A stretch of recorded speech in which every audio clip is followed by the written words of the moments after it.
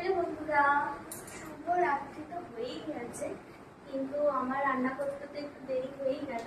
তো দেখো, আজকে একটা নতুন জিনিস বানাবো, মানে স্পেশাল আর কি। তো চিকেন নিয়েছি 400 গ্রাম। তো বানাবো হচ্ছে বাটার চিকেন মশলা। তো এর জন্য বেশি কিছু লাগে না। তো প্রথমেই আদা রসুন বাটাটা দিয়ে দিচ্ছি, আর একটু টক দই দেবো।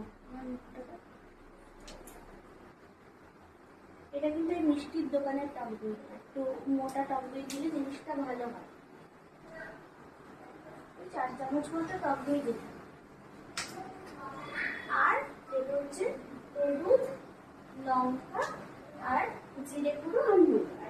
ব্যাস এইগুলো দিয়ে ম্যারিনেট করে একটু রাখলে ভালো হয়, না রাখলেও চলে। তারপরে চিকেনটাকে ভেজে নেবো। তো সবকিছু মশলা দিয়ে দিয়েছি, এবারে এটাকে সব মশলার সাথে ভালোভাবে মিশিয়ে নেব।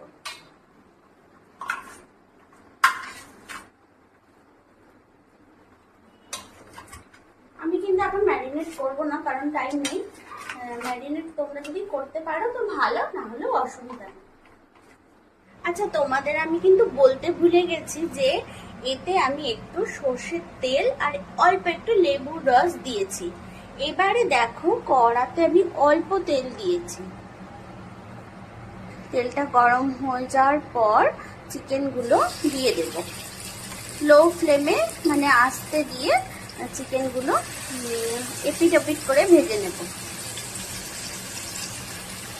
অর্ধেক চিকেন দিয়ে দিয়েছি, সেগুলো এবার আমি আস্তে দিয়ে ভেজে নিচ্ছি।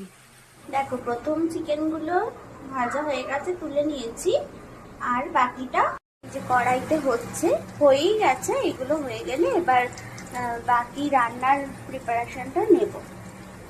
সমস্ত চিকেনটা ভাজা হয়ে গেছে, এবার বাকি রান্নাটা শুরু করব, মানে যেটা দিয়ে গ্রেভিটা হবে। তো এবার গ্রেভিটা আমরা বানিয়ে নেব। তার জন্য দিয়ে দিচ্ছি 2 থেকে 2.5 চামচ মতো বাটার।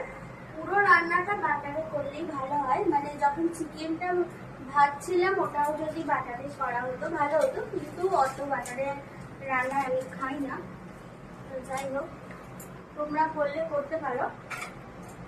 এই বাটারটা গলে গেছে, এবারে আমি এতে গোটা গরম মশলা দিয়ে দেবো। আমরা বেশি খুব একটা গরম মশলা খাই না, পছন্দ করি না, মানে আমি করি, আমার প্রতিদিন করে না, তো সেই জন্য একটু কমই দিয়েছি। 4টে লবঙ্গ, 2টো এলাচ আর 1টা দারচিনি।